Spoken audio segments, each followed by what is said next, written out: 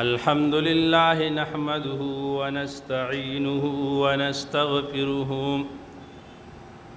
ونعوذ بالله من شرور أنفسنا ومن سيئات أعمالنا وأقوالنا وأفعالنا من يهده الله فلا مضل له ومن يضلله فلا هادي له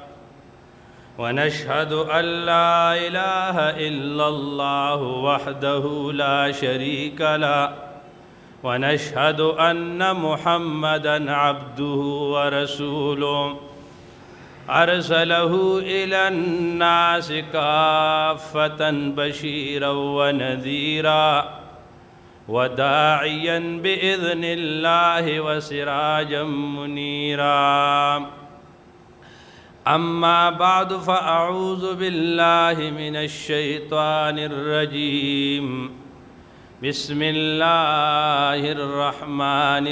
الرحيم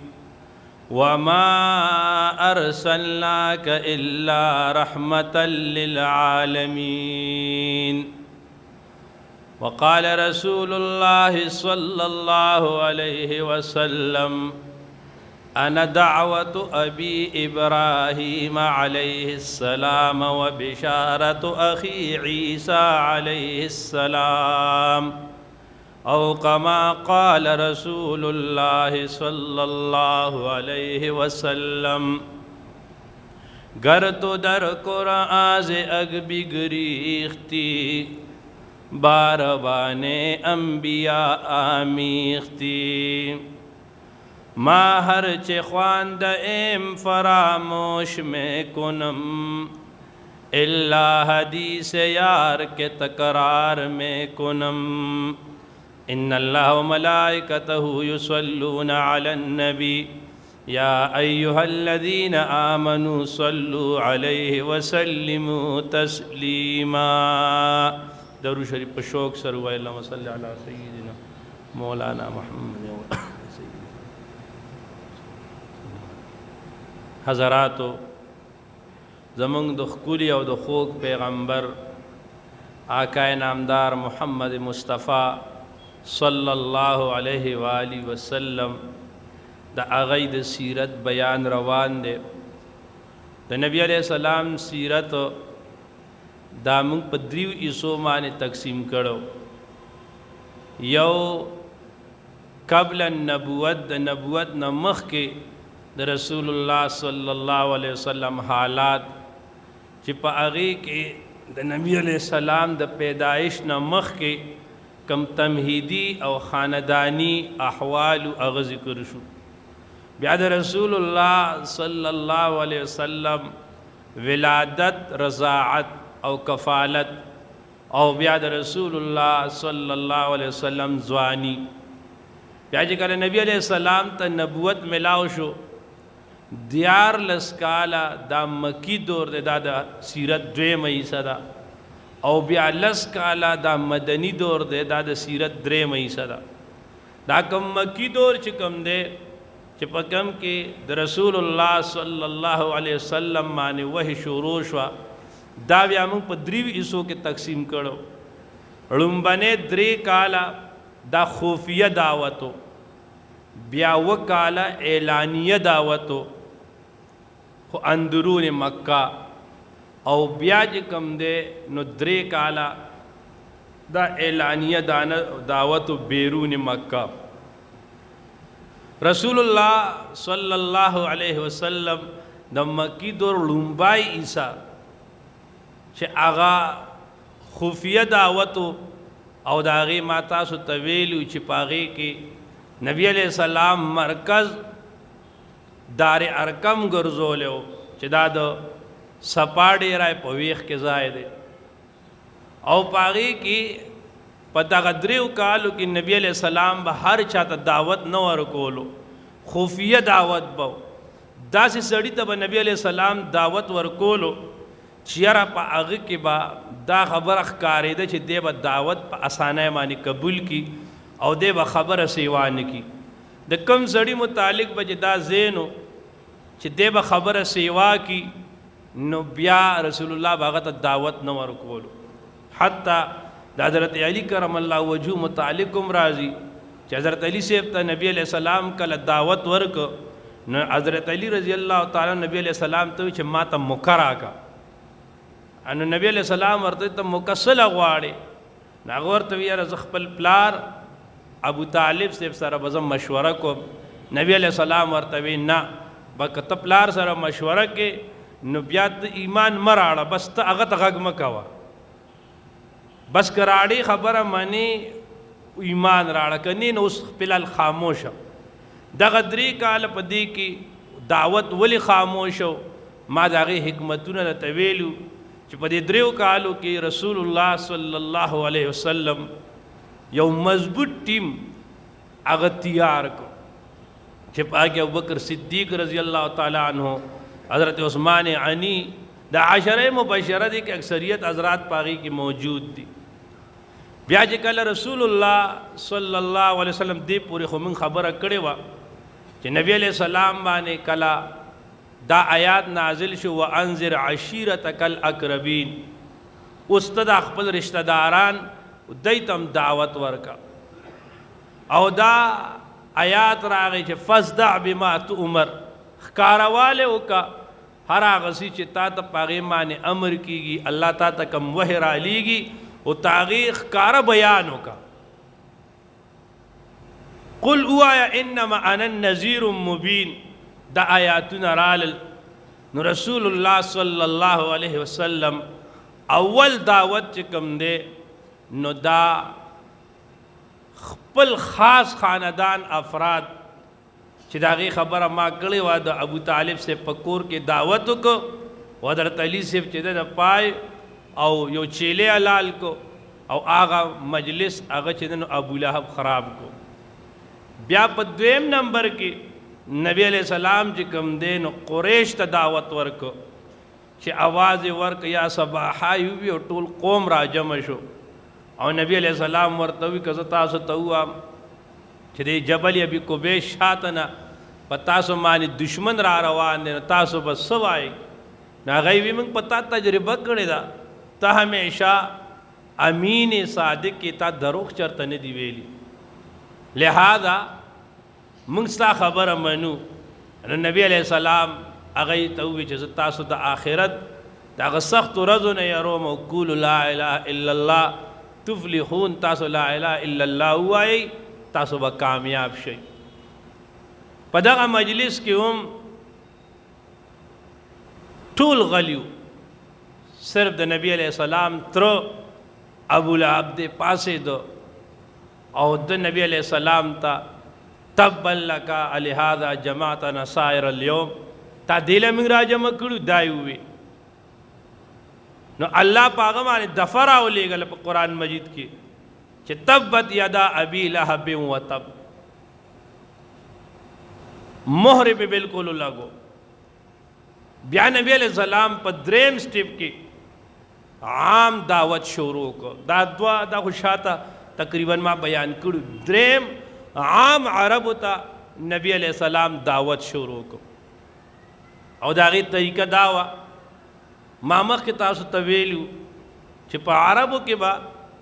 دا حج نمخ کے درے غٹ میلے راگی دی. دا یو میلی نمو عقاز دا بل نمو ذوالمجاز او دا بل نمو مجنہ. دا درے والا میلی عقاز دا با شروع شوا دا یکم ذوالقائدہ نوالے دا 20 ذوالقائدہ پورے. بیا ذوالمجاز دا بجدن دا 21 ذوالقائدہ نا دا ذوالقائدہ اخیری تاریخ پورے او بیا ابتدائی اتو رزو کتاب مجنہ میلاوا. او دی کے با دای چې د خپل ثقافتی پروګرامونه هم کول او په دې کې به دای چې کم دنو خرید و فروخت تجارت به هم کو. او نبی علیہ السلام به دې میلو ته تو او به دې میلو کې به نبی علیہ السلام یو تن ته دعوت ورکولو او چې نبی علیہ السلام به دعوت ورکول یو صحابي وای چې نبی علیہ السلام من کله ایمان نور راوړ زمون خیمه ترادن نشو او موږ ته دعوت را کولو. شاته ورپسې یو بوډا سړی و، هغه به چغې وولې او د ده خبره مه منئ، د ده خبره مه منئ، دا صحابي شوی دی، د خپل دین پرېښوده دی. ما تپوس وکړه دا څوک دي؟ وایي ما ته یې وویل چې دا محمد ابن عبدالله دی، دا د الله دی. وایي چې زه د الله پیغمبر یم. هغه ټایم خو لا دوره خبره نه وه مخکې. او دا شاته چې ورپسې راځي نو دا د ده تره دی ابو لهب. رسول الله صلی الله علیه وسلم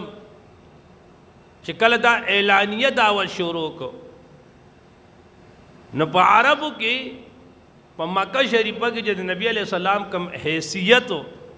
او کم مقام او هغه معنی هوا ټول به رسول الله ته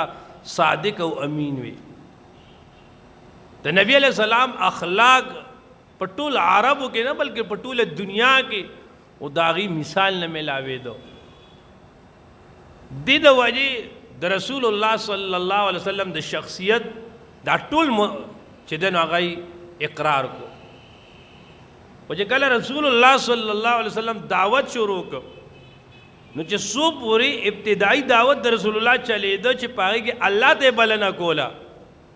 بیا هم د رسول الله صلی الله علیه وسلم دومره مخالفت نو. خو چې کله نبی علیہ السلام په دعوت کې د بوتانو رد شروع کو او د غیر الله او د شرک رد یې وکړو، بیا د رسول الله صلی الله علیه وسلم مخالفت او د نبی علیہ السلام د ملګرو مخالفت او دا رز د رز سیوا کېدو. نبی علیہ السلام چې کله دغه مکی دور کې او دغه دور کې دا دویمه حصه کې نبی علیہ السلام کوم دعوت ورکولو، د دې دعوت بنیادی مرکز دا یو اسلامی معاشره هغه جوړولو او یو اسلامی قوم هغه تیارولو او خلق صرف الله ته بللو. دی غاړې کافرانو چې کله د نبی علیہ السلام دا دعوت شروع شو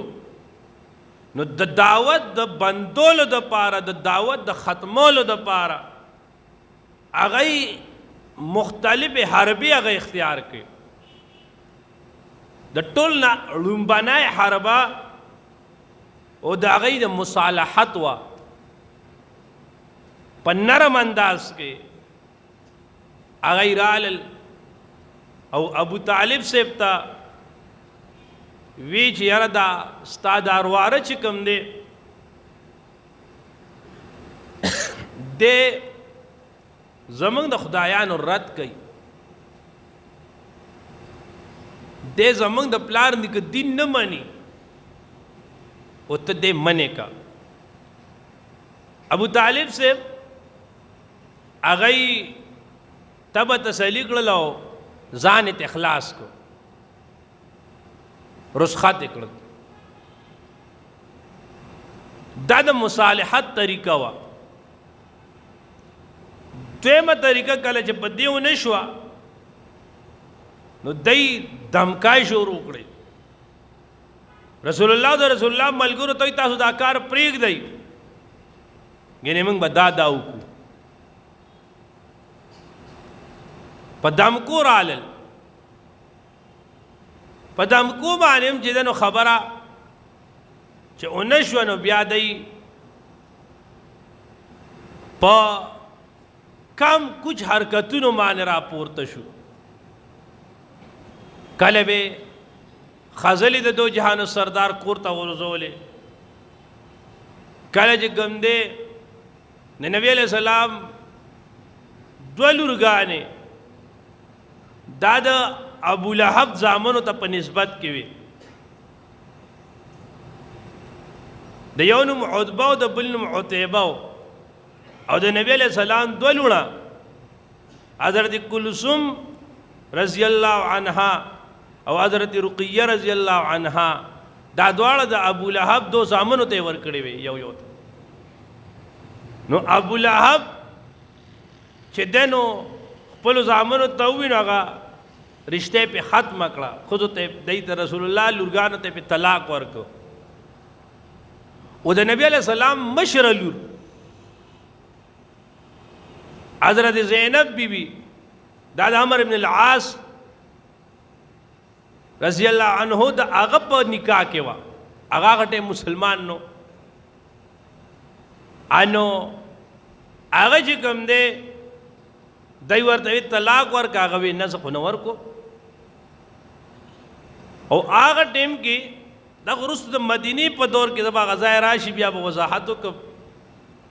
چې دنه د نکاح د پاره ایمان شرط وګرځي، ابتدا کې شرط نو. بیا د نبی علیہ السلام دا چې کوم د ابو لهب زامن د رسول الله د دوه لورګانې کومې پرې خو دي، دا دوه لورګانې دا چې دنه دا د بیا دو حضرت عثمان غنی رضی الله تعالی عنہ په نکاح کې رااله. اول یو بیا چې هغه وفات شو نو بیا بل د عثمان غنی رضی الله تعالی عنہ په نکاح کې رااله. او د سیرت کتابونه وایي چې څومره پیغمبرانو او د هغې څومره اصحابانو، د ټولو پیغمبرانو ټولو اصحابانو کې دا اعزاز واحد حضرت عثمان غنی رضی اللہ تعالیٰ عنہ ته ملاو دی چې د دای په نکاح کې د پیغمبر دوه لونه راغلي دي. او دې د وجه عثمان غنی رضی اللہ تعالیٰ عنہ ته ذوالنورین هم وایي چې دوه نوره د رسول الله د کور نه دا د عثمان غنی کور ته راغلي دي. بل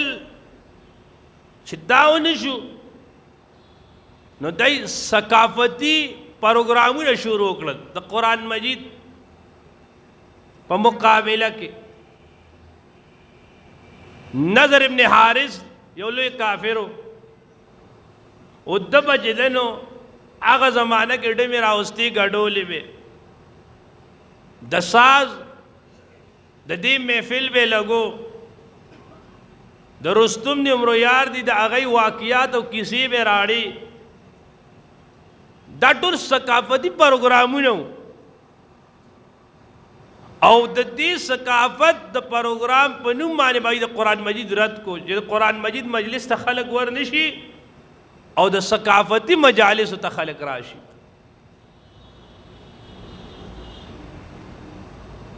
او دې د باطل دې دور کې هم دا کوششي دا چې میډیا ته دومره ترجیح ورکولی شي او بیا په میډیا باندې تاسو خصوصا وګورئ د ساز او د ګانو او د دې سیدونو محافل ته او دې ته د ثقافت نوم خلق ورکوي چې دا زموږ ثقافت دی. عجیبه خبره ده. ستا ثقافت قرآن مجید نه دی، ستا قرآن ثقافت دا حیا پرده او غیرت نه دی.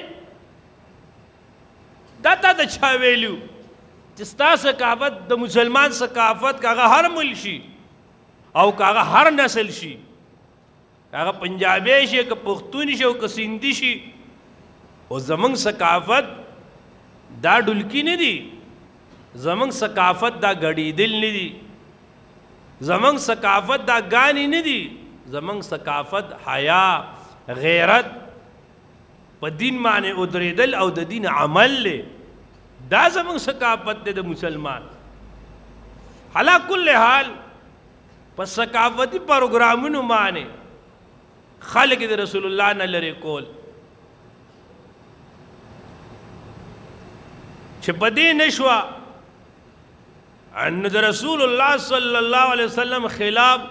پروپیګانډا شروع کړه او خلق به تیارول او هغه به ګرځېدل او وی به چې ګوره دې مکه کې یو هلک راوته دی، یو کس راوته دی او بی دینه دی او خلق بی دینه کوي، تاسو دغه نه ځان ساتئ. او د الله شانو او دی به دا ټول عرض د رسول الله صلی الله علیه وسلم د مخالفت د پاره کول چې نبی علیہ السلام بدنام شي او خلق وسر رانشي هو پکینا هغه به په پری کې د رسول الله صلی الله علیه وسلم ایڈورټایزمنٹ کو نو چې یو سړی هغه به رسول الله نه پیژندوم نو چې دا دای به دوره خبرو کې هغه به تجسس پیدا شو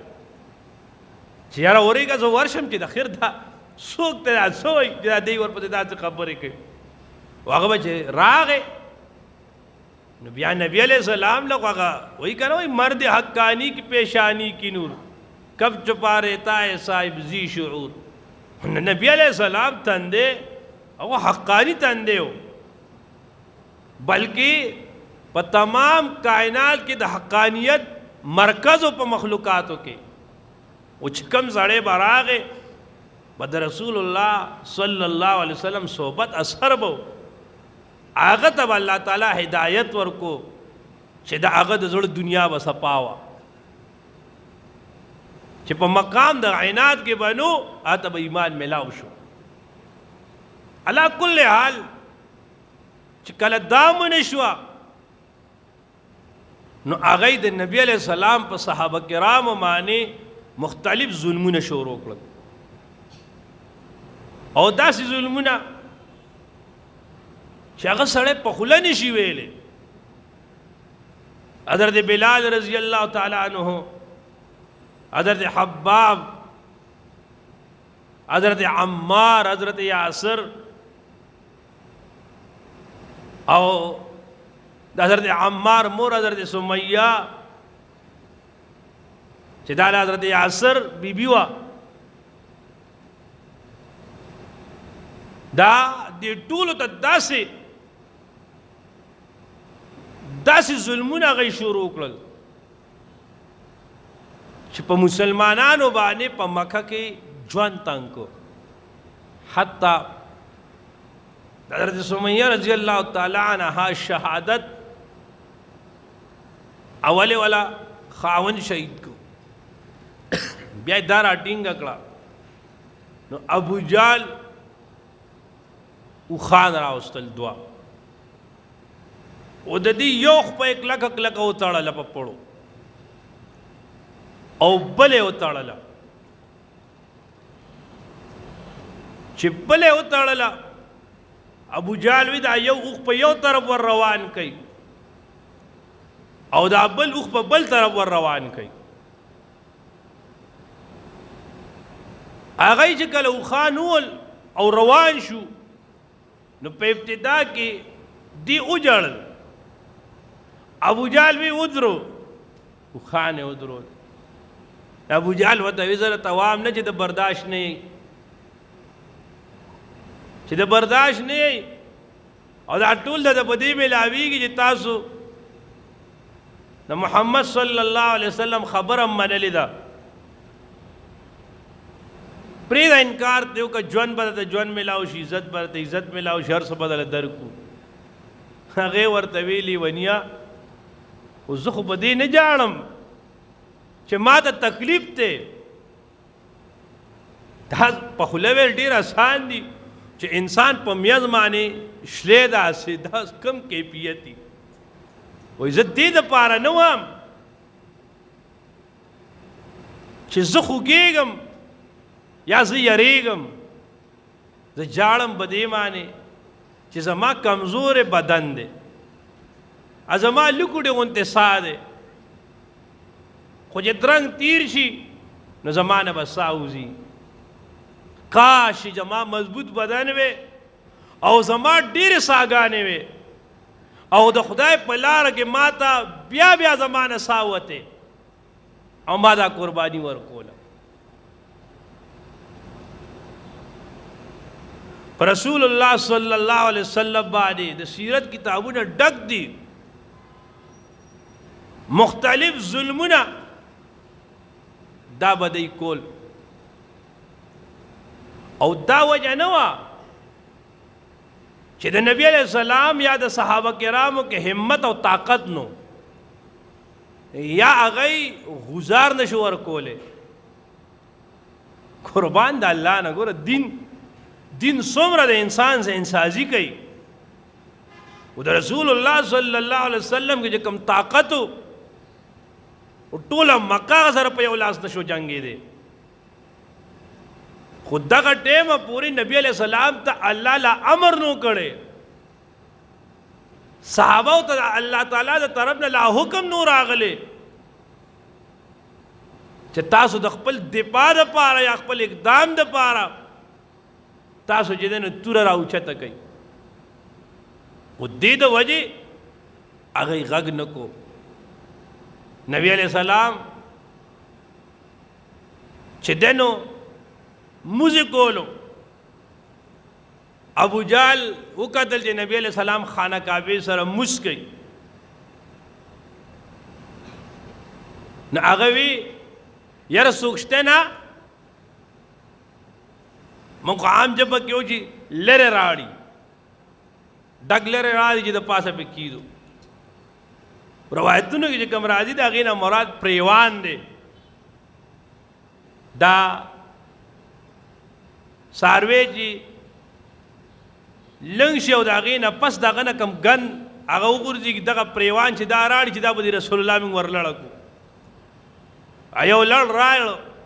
او هغه ګن دی د رسول الله باندې لړه کړو. او د نبی علیہ السلام لور بعض سیرت کتابونو کې دا د فاطمی بی بی نوم راغلی دی، بعض کې حضرت زینب بی بی د هغه راله او هغې د نبی علیہ السلام مخ مبارک او هغه څه پاکولو. نبی علیہ السلام ورته وی بچې ستا د پلار دا کمزوري ستا په ذهن کې دا خبره رانه ولي چې ستا پلار شکست خورده دی، کمزور دی، الله با دا دین اوچتوي. تاسو نور رسول الله ته ډېر تکلیفونه ملاو شي. یو ځل نبی علیہ السلام په لاره باندې تېرېده، ابو جال راغی، ابو جال راغی او په خوله یې چې څه راتلل او نبی علیہ السلام ته هر قسمه بد رد وي او غزارونه یې پې هم وکړل. دې کې حضرت امیر حمزه رضی اللہ تعالی عنہ هغه را روانو. ما تا ته ویلو د امیر حمزه رضی الله تعالی عنہ د نبی علیہ السلام ډېرې رشتې وي. یو امیر حمزه ترو، دویم دای د ماسی زوی و، دریم دای رضائی رورو او د نبی علیہ السلام او د امیر حمزه رضی الله تعالی په عمر کې لږ د ورځو فرق و، د میاشتو نه. یو ځای لوی شو د ډېر محبت و چې حضرت امیر حمزه رضی الله تعالی راتلو سید الشهدا او دا ډېر زورور او بهادر انسان و. دته یوې ښځې ووي، یو باندي ورته په لاره ووي چې تا ته پته ده ابو جال چې کوم دی هغه ستا درواره د محمد ابن عبدالله صلی الله علیه وسلم ډېره بې احترامي وکړه، ډېر بد ردې ورته ووي او ډېر تنګ یې کړه، غزارونه یې پې وکړل. ان مسلمان نو دی خو هغه د عصبیت هغه چې ښه زما واره لسو ګوتې ورډي راغی. چې راغی خانه کعبې ته وی کتل انو په دارالندوه کې د کافرانو مجلس لګېدلی او په هغې کې ابو جهل ناستو. چې ناستو چې څنګه ورغې نو خبره یې رستو وکړه، نیزه ورسره وه، ولې نیزه وازه غرس چې دی ابو جهل یې سر ته یې راوبغوله. ورته وی ته دوره شوې و چې ته زما واره باندې راځي غزار کې. نور یې ورته چې څه وي هغې ورته ووي او بیا یې ورته وي چې زه ګورم چې چا کې څه زور دی، ما په هغه باندې ایمان راوړی دی. ایمان یې راوړی نو خو بس د خولې نه یې ووتل. علما لیکي دا دی چې دغلته راته او د باندې یې ورته ووي او د ده په زړه کې ابو جهل ته غضب پیدا شو. محدثین وایي د یو انسان سره چې الله تعالی د خیر اراده وکړي نو د هغه په زړه کې د الله د دشمنانو د باطل بغض واچي د باطل بغض تا په زړه کې راتلل دا د خیر علامت دی دا د الله د مینې علامت دی نو چې د باطل سره بغض راغی نو اټومیټک هلته حق سره مینه را پیدا شوه دی چې کور ته لړ نو دی ځان سره وایي چې یاره ما خو دا خبره هلته اوس وکړه هغه ټیم غلاګانه چې مسلمانانو اسلام خو داسې نو خور او دا خو ما د پلار نیکه دین پرېښودو دا خو زه بېدینه شوم داسې مې خبره وکړه او بې سوچه بې سمجه مې وکړه دا مې ولې وکړل خیر د دغه ټیم دعا وکړه الله که چېرې دغه د نبي علیه السلام دا دین حقي نو زما زړه دې طرف ته کلاو کې او بیا دې راغې نبی علیه السلام سره او نبی علیه السلام ته خبره وکړه چې ویې کړه ورته انو نبی علیه السلام ورته وی په زړه یې ورته لاس راکاږه او چې راکاږه هغې سره الله تعالی د هغه شرع صدر نصیب کړو او کلمه یې وی ایمان یې راړ دې غاړې ته نبی علیہ السلام بج دعوت ورکول په ټولو صحابه کرامو کې څنګه ما مخکې معرض کړی چې حضرت ابوبکر صدیق رضی الله تعالی عنه او دا خو د ابتدایي دین نه دغه د رسول الله چې دنو چې څنګه نبی علیہ السلام ورته ووایي چې زه پیغمبر یم نو حضرت ابوبکر صدیق صاحب ما ته دلایل مه وایه بس زما ایمان دی ولې ابوبکر صدیق رضی الله تعالی عنه وایي چې کله پیدا شو نو ابوبکر صدیق صاحب ته بیا خپلې مور ووي چې بچې ته پیدا شوې نو ما ته یو غیبانه آواز راغی چې یا امتې ابشري بالولد العتیق تا ته مبارکبادي وي چې تعالی الله تعالی عتیق زوی درکړه هغې ماته د ما ویلو چې د عتیق ورته ولې وایي او بیا هغې کې ورته دا ووي چې دی به د نبي آخر الزمان په غار کې رفیق وي او د لقب به صدیقي او دی به د هغه نه پس جانشیني او دا ابوبکر صدیق صاحب ته نور هم ډېر علامات داسې ملاو شوي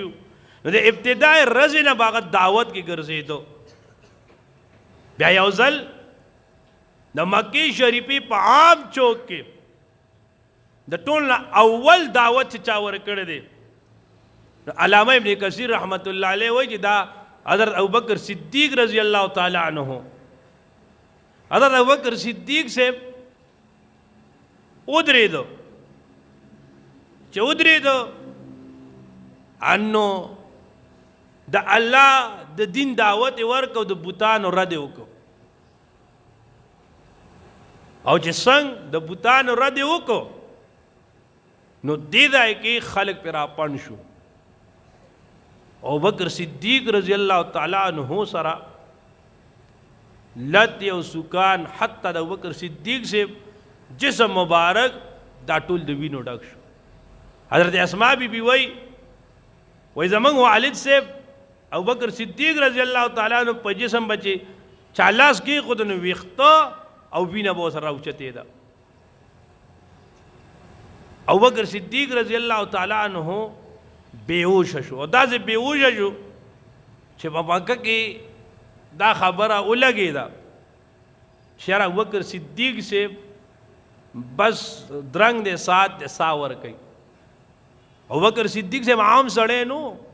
دا د تیمی قبیلې سردار او معمولی سړی نو او د تیمی قبیلې خلک ودرېدل او هغه وی چې بای اړو ایمان راوړی دا د خپل خوغه تاسو څوک چې راځي یو زموږ د قبیلې سردار چې تاسو په باندې گزارو نه کوي کچره ابوبکر صدیق رضی الله تعالی عنہ وفات شو نو موږ بس تاسو دا پلان کې سردارانو وجدو ابوبکر صدیق دې به کور ته بوتلې دی تا ټول ورته خاندان ورته چاپېره ناست دي مور ورته ناسته ده ډېر وخت پس د شپې په اخري حصه کې د ابوبکر صدیق رضی الله تعالی عنہ سترګې وغوړېدې او ابوبکر صدیق صاحب ووی چې ما فعل برسول الله صلی الله علیه وسلم ما پرېږدئ د دو جهانو سردار حالت راته ووایي چې نبی علیہ السلام څنګه دی و د خاندان خلکو چې دا واورېدل نو هغوی ورته مور ته ولوي چې ګوره چې دی چې کوم دی نو دا چې ورته سره اوس وشو نو دا خو ورته دغه د محمد ابن عبدالله د وجې وشو او اوس هم دی لګیا دی دا خبرې کوي لہذا موږ د نه لاړو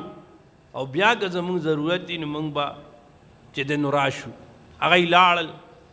مور والا پای ګرم کړل ابوبکر صدیق سے پروت تے دم پکی نشتے دے ورتوی بچے لگ پائے والا کہ دم در کے راشی ابوبکر صدیق رضی اللہ تعالیٰ عنہ مور وہ در رب ذات میں دے قزمی کہ سو پورے ما دا دو جانو سردار مبارک چیرہ ندلی دلی دو پورے بزا خلی تسنو ورنم مورم کافر وا خو مور وا واغور توی نکو موری نو اغور توی چیرہ ماتا د نبی علیہ السلام څه پته ده ورته وی د حضرت عمر صاحب خورې ورته یاده کړه ورشه د هغې نه تپوس وکړه هغه د شپې په منډه لاړه او د حضرت عمر صاحب خور هغه مسلمانه شوې وه هغې ته یې اواز کړ حضرت فاطمه هغې ورته ووی چې نبی علیہ السلام په دار ارقم کې دی ابوبکر صدیق رضی الله تعالی عنہ وی واغستو دو کسان چې یو غاړې ته بل غاړې ته او ابوبکر صدیق سے پلاسونه کېښودل او چې بوی ته او دار ارقم ته لاړو او دروازه یې کلاو کړه سیرت کتابونه وایي چې کله نبی علیہ السلام ابوبکر صدیق سے ولیدو چې هغه ټول د وینو ډک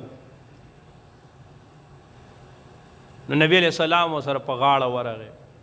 او د دو جهانو سردار او ابوبکر صدیق سے دومره وجړل چې په ټول عمر کې دی دواړو دوره یو ځای نه وجړلي او بیا نبی علیہ السلام سر اوچت کو چې یا الله څو پورې به موږ دغسې دا ظلمونه برداشت کوو بس دی الله تعالی ته اسلام ته قوت او طاقت ورکې یو د دو عمرینو نه یو عمر ابن الخطاب دی عمر فاروق رضی اللہ تعالیٰ عنہ یو عمر ابن هشام دی جدا دا ابو جال نمو خو ګوره نبی علیہ السلام چې دعا کوله نو عمرین وی عمرین ونه وی نو نبی علیہ السلام غلبه او تغلیب د حضرت عمر صاحب ته ورکو حضرت عمر صاحب الله تعالی نه رسول الله اوغخته چې خدایا مال دا عمر راکې دې د وجه محدثین وی د رسول الله صلی الله علیه وسلم د هر صحابي یو خاص مقام دی او د حضرت عمر سے مقام دا دی دا نور سور صحابه کرام چو دا ټول د رسول الله مریدانو دا ټول د رسول الله اراده کړې وه خو حضرت عمر سے دا د رسول الله مرادو دا رسول الله الله نه په خپله غوښتلی چې خدای دې ماته راکړي دې غاړې ته په دارالندوه کې کافران راجمع شو او هغوی وی چې دا خبره خو ډېره مخکې لاړه ګوره دا ابو قحافه زوی هغه ودرېدو صراحتاً زموږ خدایانو پسې بدرد وي او دا څه چې جوړ دي دا د محمد ابن عبدالله نه جوړ دي او علاج هم دغه دی چې محمد ابن عبدالله صلی الله علیه وآله وسلم هغه چې شهید کو خبره به ختمه شي څوک به بيځي او دا دې سردارانو خبره کوله حضرت عمر سے پې داسې تېرېده هغه ضرور سړی و حضرت عمر سے ورته وي څه چلې وې و یا دغسې نبی علیہ السلام هغه شهید کولی وایي دا خو زما د خیل اذکار دی روان شو چې روان شو نبی علیہ السلام پسې روان دی په لارې ورته یو صحابي مخې ته ورغی حضرت نعیم ابن مسعود رضی الله عنه هغه چې د حضرت عمر صاحب حالت وکړه وایي عمره چېرته روانې پوه چې د حالت ښه نه دی وایي زم د محمد ابن عبدالله صلی الله علیه وسلم د کاته ختمم اولی ورته ګوره وایي هغه ښې خبرې کوي دی ورته وایي ما ته لږ داسې چې تیم ملګری هغه سره به رستو ګورم اول خو تا نه سر و نو چې دد پسې ته نو حضرت هغه ورته وایي نعیم بن مسعود زمړه ما نه وروسته تپوس کو اته ځان خلاصو نو هغه د پښتو سټایل کې څنګه پیغور نه ورکوي ستا خور خو مې مان راوړی دی ورشه ول هلته تپوس وکړه د وی ښه و دې سیده راغی چې د خور کور ته راغی دروازه یې وټکوله چې دروازه یې وټکوله نو هغه ټیم کې د خور په کور کې اوښي ته خو دې خور ته یو صحابي رسول الله مقرر کړو چې هغه ورته سبق خولو قرآن مجید ورته وی انو چې د دروازه غوږ کېښوده نو اواز راته چې اواز راته نو ورته وی دروازه په زور وټکوله نو خورې وایي چې دا دروازه ټکول د عمر دی او دا سټایل خطرناک دی نو خورې لاړه یا کتابونو کې راځي چې اوښې لړ و چې اوښې لړ نو دروازې سره په هغه ګزار وکړو او دې غاړې ته ورته خور مخې ته نو خور ته یو سپېړه ورکړه یا خور راله هغې ته ډایرکټ سپېړه ورکړه چې سپېړه یې ورکړه د سترګې نه وینې روانې شوې هغه ورته وایي عمره که د خطاب زوی او زه د خطاب لور یم ما ایمان راوړی د ستا لاس ازاد دي چې څه کې هغه وکړه او د هغې دا دومره کلکه خبره او بیا د هغې هغه وینې دا چې حضرت عمر صاحب ولید نو هغه دې پې اثر وکړو ورته یې وی یاره ما ته وښیه دا تاسو څه وی ورته وی نه ته ناپاکی او قرآن مجید لا یمس الا المطهرون پاک سړی به لاس وړي ورشه غسل وکړه غسل یې وکړه دې کې هغه توړای کې حضرت حباب رضی الله تعالی عنه هغه پټ هغه راووتو ورته وی عمر مبارک شه ته بیګا نه بلش به رسول الله د الله نه غوښتې دې غاړې نه په دارالندوه کې خو دا خبره شوې وه که نه رسول الله ته خبر راورسېده چې عمر توره راغستی وی رسول الله به قتلوم شهیدوم به نبی علیه السلام دار ارکم کې ناست دی مخامخ ویني چې عمر را روان دی توره ورسره ده انو چې دروازه یې وټکوله رسول الله په خپله دروازې ته پاسېدو نو دا صحابه ورته وایي یا رسول الله تاسو مه پاسئ هسې نه چې عمر تاسو ته نقصان درکړي نبی علیه السلام ورته وی نه که په ښه نیت باندې راغلی او کامیاب به ځي او که عمر په خراب نیت راغلی او دا کومه توره یې چې راوړی به دې توره باندې به د عمر سر ځي حضرت عمر سے بیا وروستو وایي و چې کله رسول الله صلی الله علیه وسلم ته دروازه کولاو کړه او دی د نبی علیه السلام مخې ته راغی نو نبی علیه السلام کېناسته دی ولاړو د ده لنګ یې ونیسه ورته یې عمره هغه وخت نه ده راغلی چې ته په الله باندې ایمان راړې او یا رسول الله او وخت راغلی چې زه اوس په الله باندې ایمان راړم او بیا حضرت عمر رضی الله تعالی عنه هغه چې دی نو کلمه وویله او د دې نه مخکې میاشت کې یو خبره هغه پاتې شوه هغه دا واقعه ده د رسول الله صلی الله علیه وسلم د نبوت 5م کال دی او په دغه 5م کال باندې چې کله دا ظلمونه ډېر سیوا شو نو نبی علیه السلام اصحابانو ته ووی تاسو حبشې ته هجرت وکئ نو لومبي هجرت کې 11 سړي او 15 ښځې زنانه دی حبشې ته هجرت وکړو چې په هغې کې د نبي علیه السلام لور هغه موجوده وه د نبي علیه السلام زوم حضرت عثمان غني هغه موجود و نو چې هجرت ته هغوی هلته لاړل دلته حضرت عمر صاحب امیر حمزه صاحب ایمان راړو نبی علیه السلام دی هجرت ته تلي په 5م د نبوت کال په رجب کې په رمضان کې رسول الله په خانه کعبه کې تلاوت کولو د سجدې آیات راغی سجده یې ولګوله په کافرانو باندې روب راغی هغوی ټولو سجده ولګوله یو سړی تېرېده او دا خبره حبشې ته ورسوله چې ټول کافران هلته مسلمانان شوي دي